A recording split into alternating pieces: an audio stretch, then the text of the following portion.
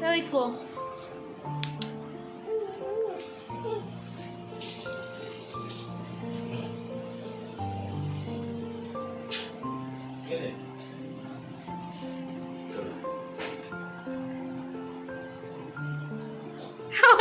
হাসছে।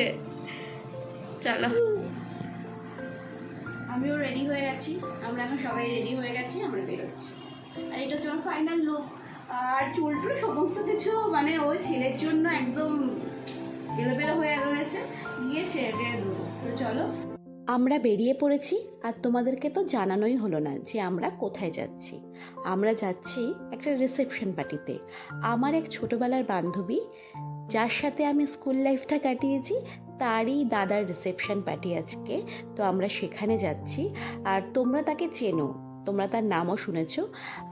পূজা। পূজা হচ্ছে আমার ছোটোবেলার বান্ধবী, ওর সাথে আমি স্কুল লাইফটা কাটিয়েছি। তো ওর দাদার রিসেপশনে আমরা যাচ্ছি। আমরা পৌঁছেও গেছি।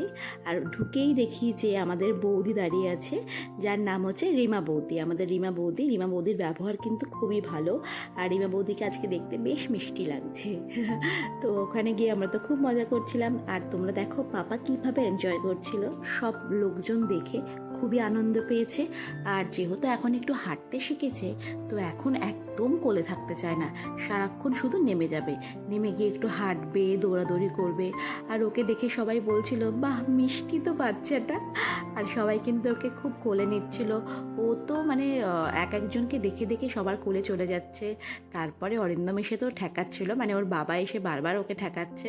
আমি তখন বললাম যে না, তুমি ছেড়ে দাও, ও কোনো কিছু করছে না, ও একটু সবার কাছে গিয়ে গিয়ে দেখছে। অ্যাকচুয়ালি সবাই ওকে ডাকছিল সেই কারণে। তো ওখানে আরও কয়েকটা ছোট ছোট বাচ্চা পেয়ে গেছিলো, যার জন্য ওর আর আনন্দের সীমা ছিল না। এর থেকে বেরিয়ে বাড়ি চলে এসেছি। আর এটা হচ্ছে আমাদের পরের দিনের ভিডিও। পুজো যেহেতু আর কয়েকদিন বাকি আছে, সে কারণে আমরা এখন থেকেই শপিংটা শুরু করতে চাইছি, না হলে আর কবে করব। পুজো তো একদম হাতে গোনা কয়েকদিন বাকি আছে। তো আমরা চাইছিলাম যে অরিন্দম, আমার বাবা, আমার শ্বশুরের, ওরা তো পিস কিনে জামা কাপড় বানাবে, সেই কারণে ওদেরটা আগে কিনতে। তো সেই কারণে আমরা এসপ্ল্যানেড যাচ্ছিলাম।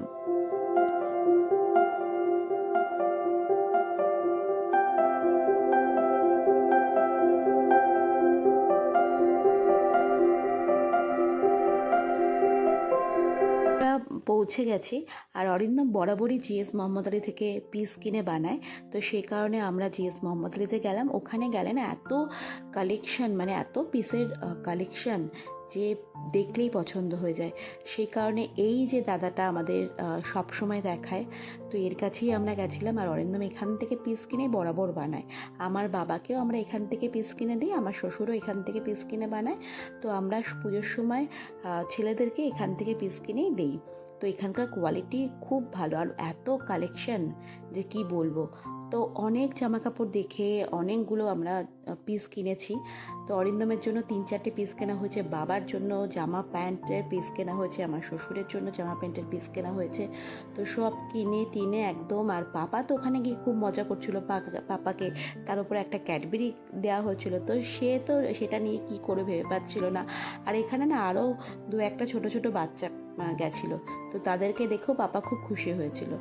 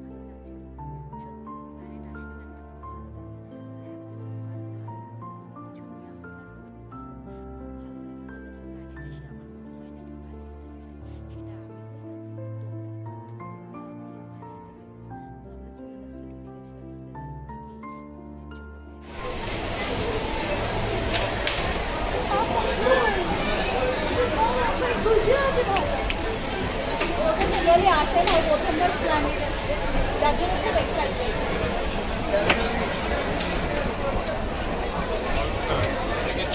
আমরা বোনের জন্য একটু ব্যাগ দেখি। এটা ছিঁড়ে টেড়ে যাবে না তো মানে বেশি অফিসারও তো ক্যালি করতে পারবে। এটা চেন টেনগুলো ভালো আছে এটা। হ্যাঁ তুমি কোনটা বলছো? কোনটা বলছো না? হ্যাঁ